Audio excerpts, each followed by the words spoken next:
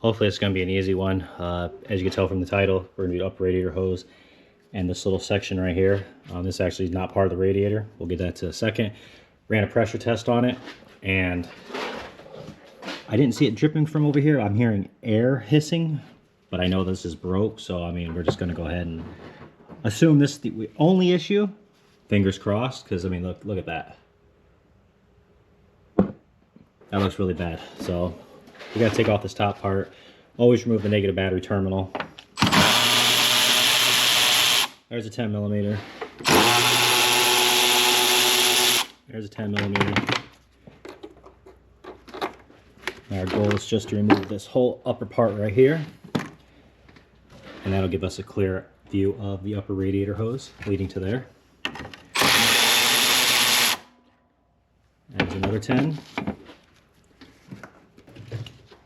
Get you a catch pan underneath, but if you don't have these are called hose clamp pliers. These things are amazing. So actually that was not connected to really anything, I don't think. Yeah, look at that. It pretty much wore it all the way through. I'll show you this hose here in a second, but there's the inner fibers.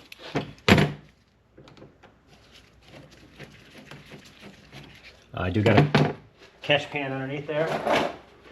Hopefully it doesn't make too big of a mess, but we'll see.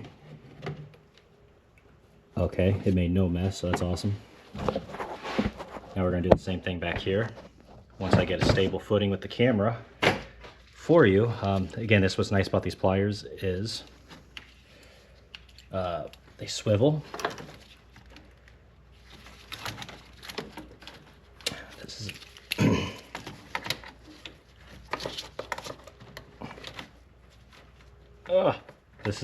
this is a very tight spot because they put it sideways.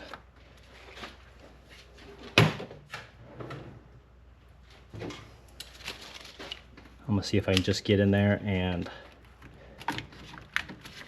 squeeze it enough to rotate it like that. Come here with these.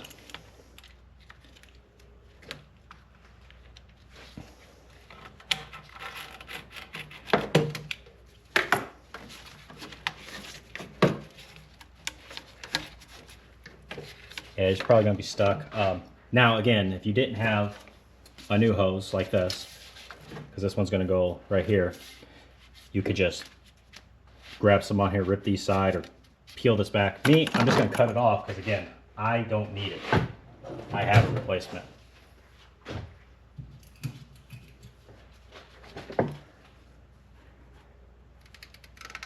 I just need it off here.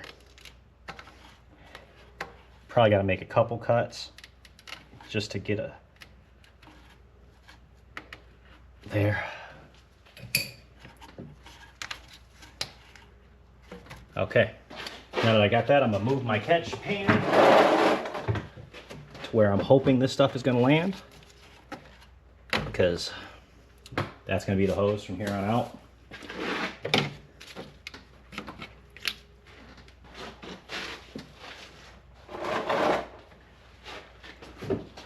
Just gonna take my time so I make as little as mess as possible.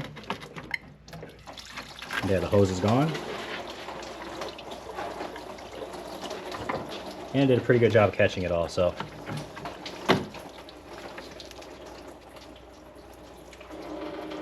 So there's that. And you got your old hose. We are going to reuse these clamps.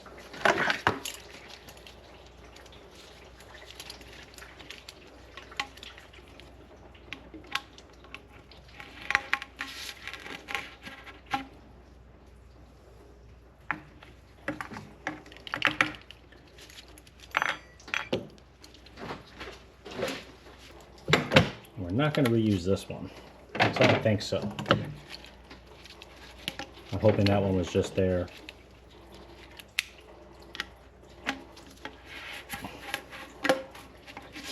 Doesn't matter. Okay, here we go. Make sure that doesn't fly. Alright, but it flew in a different direction. It didn't hit the ground, so that's awesome. But anyways, here's that hose. So that's why I want to get rid of that.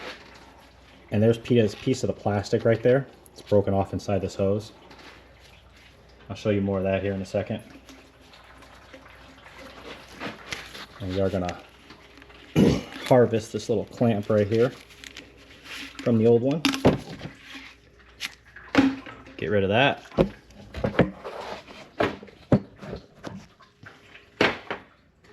Come back over here. Now this piece right here, make sure I got the right one. Nissan, can't even get it. This one's from Gates.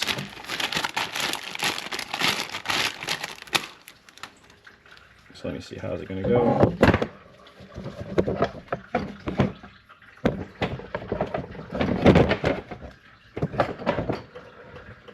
Hopefully you guys stay still for a second.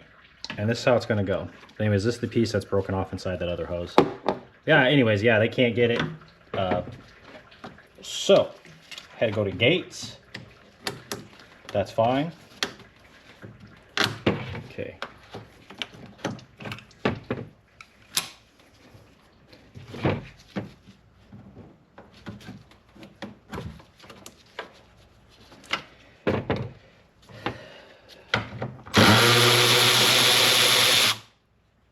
It's 10 millimeter.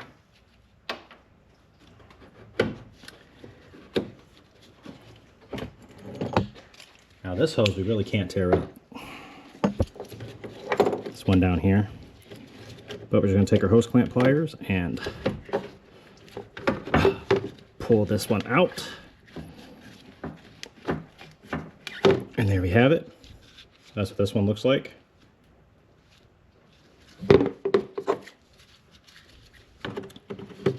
Shove this one back down in here like so, like that.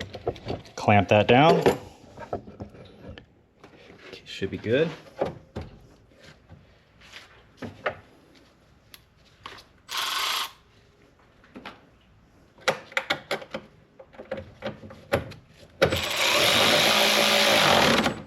Don't go too crazy with that. That's plastic. You'll end up in the same boat that you're in now if you over tighten that. Put that back on. Now we're going to take our new radiator hose.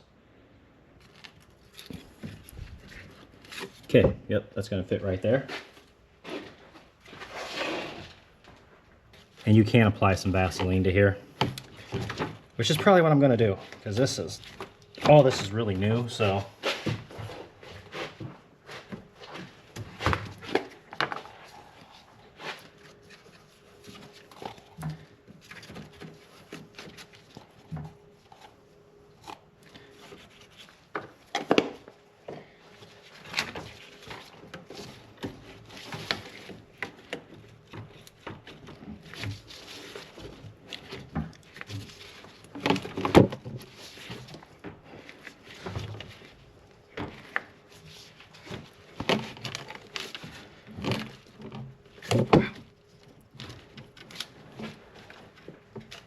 And as I'm doing this, be very careful. I would take off this cover too, because it is just cutting my hand up really bad. But I don't want to do that. So let's take this.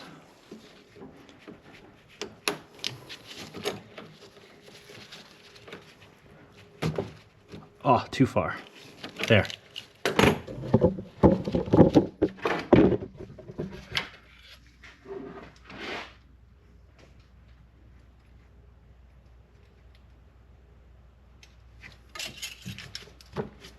Put the dipstick back so you don't lose it. And we're going to do the same thing. I'm going to put it on there.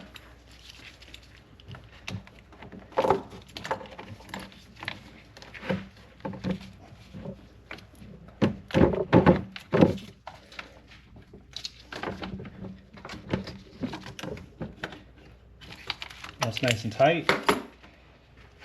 Now we're going to find this clamp right here. And we're going to just lock it around this hose over here.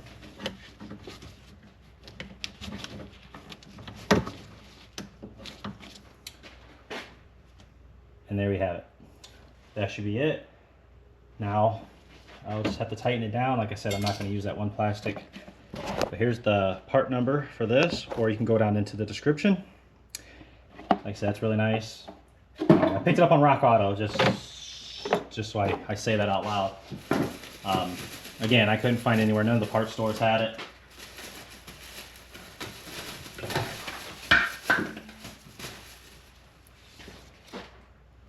All right, so I'm gonna run another pressure test and see if it's fixed. Just in case you're wondering what a pressure test is, this is what I'm talking about. You can buy this whole kit off Amazon. You don't have to buy a fancy one. I've been using this one for a buku amount of years now. No issues. And you just start pumping. Like I said, I don't know if this was the only issue, but I know it was a issue. Okay, so I'm at roughly 11 PSI. You don't want to go too crazy. Here's the pump right here. Yeah, I said we're at 11 PSI, and it's holding. Before it just hissed right out. So now I'm confident that this is the fix. So I just got to put back that tube in 310 millimeters. One here, sorry, one there, and then one here, and then we'll button it back up. I'm gonna let this sit. If I come back, it didn't fix it, and we'll go somewhere else. But if it did, like, subscribe. See you guys next time.